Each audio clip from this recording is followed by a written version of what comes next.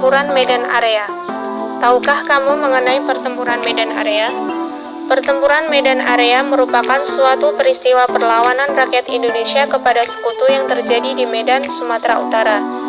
Mirip dengan pertempuran lainnya yang terjadi pada pasca masa revolusi, sejarah Pertempuran Medan Area sendiri diawali dengan kedatangan pasukan sekutu yaitu pasukan Inggris ke Sumatera Utara di bawah pimpinan Brigadir Jenderal T.E.D. Kelly pada tanggal 9 Oktober 1945. Ternyata, kedatangan sekutu ini pada saat tersebut juga turut ditunggangi oleh Netherlands Indies Civil Administration atau NICA yang diam-diam telah bersiap mengambil alih pemerintahan Indonesia. Mulanya pemerintah Indonesia di Sumatera Utara menyambut baik kedatangan pihak sekutu, bahkan memperbolehkan mereka untuk kemudian menempati beberapa hotel di kota Medan. Hal ini sendiri dilakukan untuk menghormati mereka yang bertugas mengurus tawanan perang yang ditahan oleh Jepang. Tetapi sikap baik Indonesia ini nyatanya tak dihargai, sebagai gantinya memancing berbagai konflik, di mana insiden pertama kemudian terjadi di sebuah hotel yang terletak di Jalan Bali, Medan.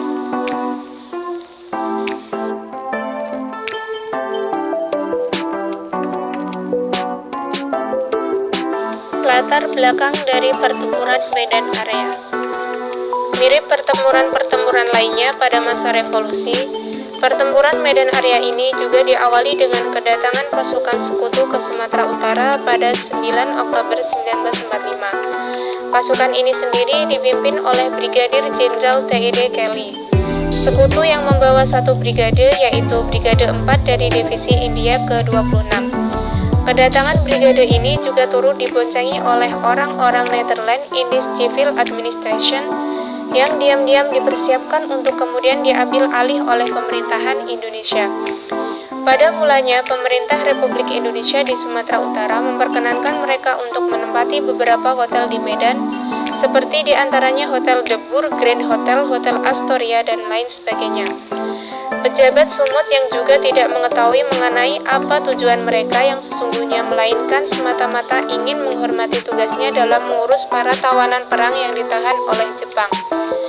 Sebagian anggota sekutu serta NICA kemudian ditempatkan di Tanjung Morawa, Binjai, dan beberapa tempat lainnya dengan memasang tenda-tenda di lapangan. Sehari usai mendarat di Medan, tim dari RAPWI kemudian mendatangi kamp-kamp tawanan di Pulau Brayan, Pematang, Siantar, Sontis, Rantau Prapat, dan Barastagi untuk dapat membantu membebaskan para tawanan untuk kemudian dikirim ke Medan atas persetujuan Gubernur Muhammad Hasan.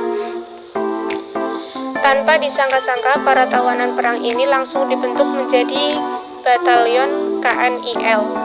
Perubahan sikap juga langsung tampak dari para bekas tawanan ini. Mereka bersikap angkuh karena merasa menjadi pemenang di Perang Dunia Kedua. Dalam mengantisipasi kedatangan NICA dan sekutu, para pemuda langsung membentuk divisi TKR atau Tentara Keamanan Rakyat, tepatnya pada tanggal 13 September 1945 di kota Medan. Sikap congkak dan sombong yang dimiliki oleh bekas tawanan ini kemudian memicu berbagai insiden para pemuda Sumut. Insiden pertama sendiri pecah di hotel di Jalan Bali, Medan pada tanggal 13 Oktober 1945. Insiden yang mulanya diawali dengan seorang penghuni hotel yang meramas serta menginjak-injak lencana merah putih yang digunakan oleh seorang pemuda.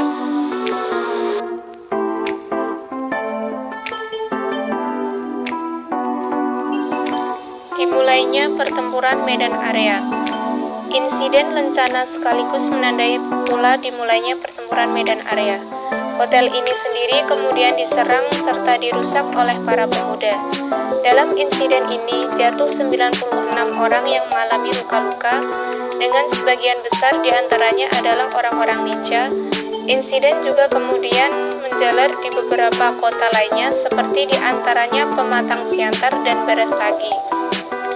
Sebagaimana pada kota-kota lain di Indonesia, Inggris kemudian memulai aksinya untuk memperlemah kekuatan para pejuang dengan cara melakukan intimidasi melalui pamflet pada bangsa Indonesia agar kemudian menyerahkan senjata yang mereka miliki kepada pihak sekutu. Usaha yang sedemikian rupa juga dilakukan oleh Brigadir Jenderal T.E.D. Kelly kepada pemuda Medan pada tanggal 18 Oktober 1945. Sejak saat itulah pasukan Sekutu dan Nica mulai melakukan berbagai aksi teror di kota Medan, sehingga permusuhan sengit antara kalangan pemuda pun tak terhindarkan. Di sisi lain, karena permusuhan ini, patroli-patroli Inggris keluar kota menjadi tidak pernah merasa aman. Keselamatannya tak dijamin oleh pemerintah Republik Indonesia. Bertambahnya korban dari pihak Inggris juga menjadi penyebab mereka memperkuat kedudukannya serta menentukan sendiri secara sepihak batas kekuasaan yang mereka miliki.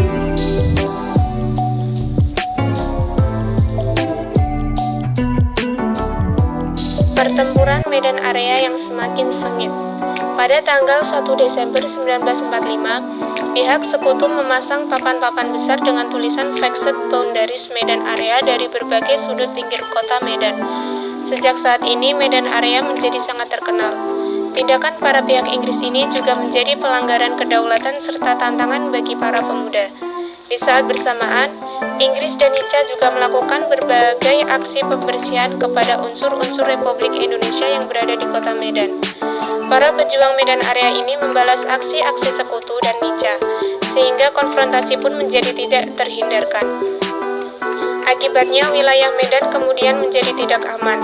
Setiap usaha pengusiran yang dilakukan dibalas dengan aksi pengepungan.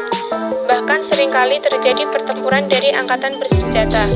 Pada tanggal 10 Desember 1945, Nica dan pasukan Inggris berupaya menghancurkan konsentrasi TKR atau Tentara Keamanan Rakyat di Trepes. Tetapi usaha tersebut tidak berhasil digagalkan. Selanjutnya, seorang perwira Inggris diculik oleh para pemuda. Pada saat bersamaan, beberapa truk Sekutu juga berhasil dihancurkan. Dengan adanya peristiwa ini kemudian menyebabkan Jenderal T.E.D. Kelly kembali mengancam para pemuda agar menyerahkan senjata yang mereka miliki. Barang siapa yang tidak patuh maka akan ditembak mati. Pada bulan April tahun 1946, tentara Inggris kemudian mulai berusaha mendesak pemerintah RI di Medan untuk kemudian keluar dari kota. Gubernur Makras Divisi TKR serta wali kota RI akhirnya dipindahkan ke Pematang Siantar. Dengan demikian, Inggris berhasil menguasai kota Medan pada tanggal 10 Agustus 1946 di tebing tinggi. Diadakanlah suatu pertemuan komandan-komandan pasukan yang berjuang di Medan Area. Pertemuan ini akhirnya menghasilkan pembentukan suatu komando yang bernama Komando Resimen Laskar Rakyat Medan Area. Komando ini dibagi menjadi 4 sektor yang dibagi lagi menjadi 4 subsektor. Setiap sektor berkekuatan 1 batalion. Markas komando ini juga berkedudukan di Sudi Mengerti atau Trepes. Di bawah komando baru inilah perjuangan Medan Area kemudian diteruskan.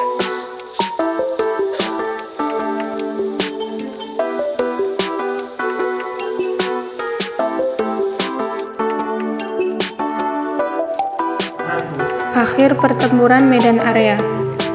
Pertempuran Medan Area berakhir tepatnya pada 15 Februari 1947 pukul 12 malam setelah diperintahkan oleh Komite Teknik Gencatan Senjata untuk penghentian kontak senjata. Sesudahnya pada Panitia Teknik Gencatan Senjata juga melakukan perundingan untuk menetapkan garis-garis demarkasi yang definitif untuk Medan Area. Dalam perundingan yang kemudian berakhir pada tanggal 10 Maret 1947 itu, ditetapkan garis demarkasi yang melingkari kota Medan serta daerah koridor Medan Belawan. Panjang garis demarkasi yang dikuasai para tentara Belanda dengan daerah yang dikuasai oleh tentara Republik Indonesia seluruhnya ialah 8,5 km. Pada tanggal 14 Maret 1947 ini dimulailah pemasangan patok-patok serta garis demarkasi tersebut. Tetapi kedua pihak, Belanda dan Indonesia, selalu bertikai tentang garis demarkasi ini. 4 bulan setelah pertempuran berakhir, Belanda melaksanakan operasi Produk atau disebut Agresi Militer Belanda I.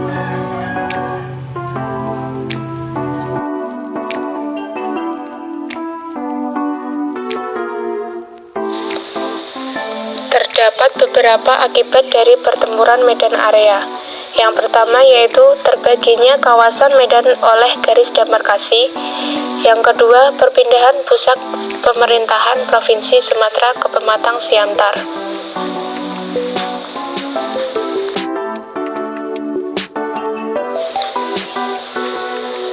Tokoh-tokoh pertempuran Medan Area.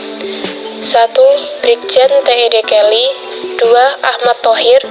3. Teguh Muhammad Hasan. 4. Abdul Karim M.S. 5. Dr. Ferdinand Lumban Tobing. 6. R. Suharjo Harjo Wardojo. Yang terakhir, Jenderal Suharjo Harjo Wadojo.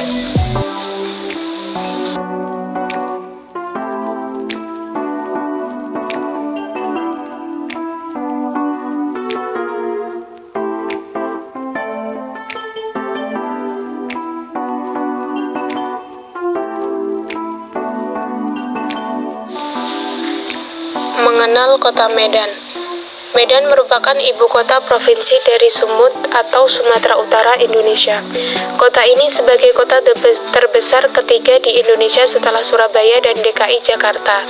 Kota Medan menjadi pintu gerbang wilayah Indonesia bagian barat serta keberadaan Pelabuhan Belawan dan Bandar Udara Internasional Kuala Lumpur sebagai bandara terbesar kedua di Indonesia. Akses dari pusat kota menuju pelabuhan serta bandara dilengkapi oleh kereta api dan jalan tol. Medan juga sebagai kota pertama di Indonesia yang mengintegrasikan bandara serta kereta api. Berbatasan dengan Selat Malaka, Medan sebagai kota perdagangan, industri, serta bisnis yang sangat penting di Indonesia.